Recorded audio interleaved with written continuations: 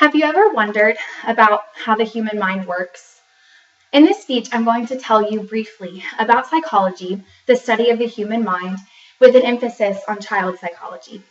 Being a child that received treatment, I've always been curious about what it is that psychologists actually do.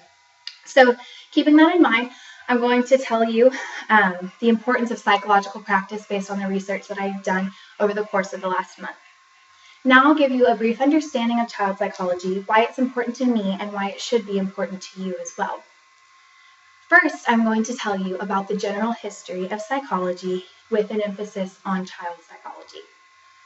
Most people have misconceptions about what child psychology actually is, but with some basic knowledge, you can have an improved understanding.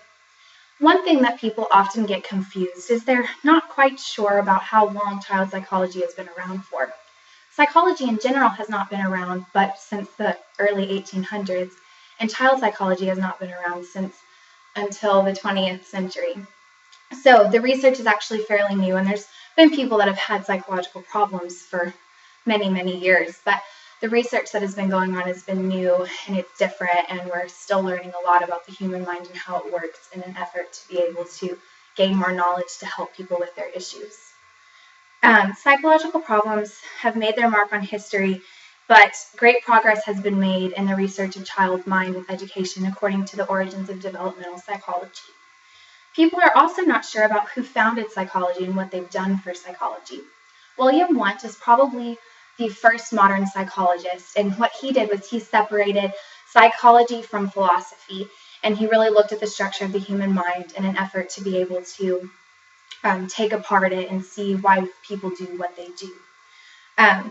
Also, G. Stanley Hall was at the forefront of child psychology.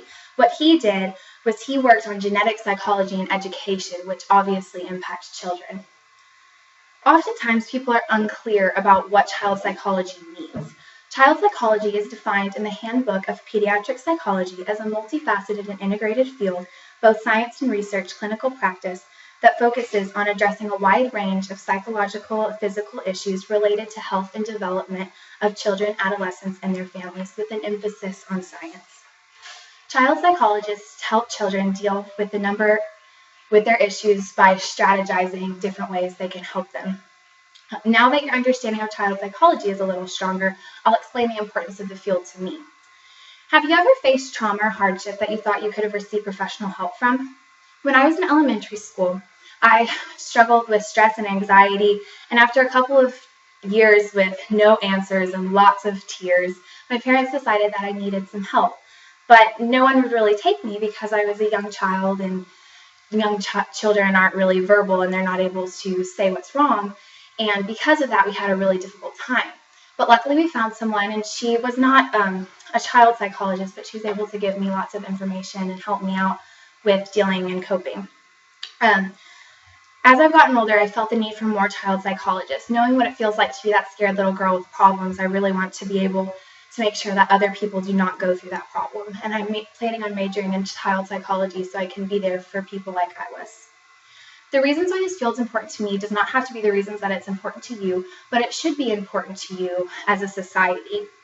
The future of humankind lies with our children. And in order to have a base of adults that are able to be in society and that are active and that are emotionally stable, it's better to be able to deal with psychological problems as children. That way, by the time they get into their adulthood, they're already better adults for it. The American Psychological Association works to make people aware of people's psychological issues, and they believe that using strategies is the best way to be able to deal with these mental illness, such as anxiety, divorce, depression, especially in children. There's millions of children that deal with these issues. And clinical child psychology involves the research of these children and infants and looking at their development and their behavior and the way that they've grown up. Because this field is encompassing all of these different aspects of life, it's more important to get these children help so they can be functioning adults in society. So society benefits from child psychology, and the field as a whole is very important.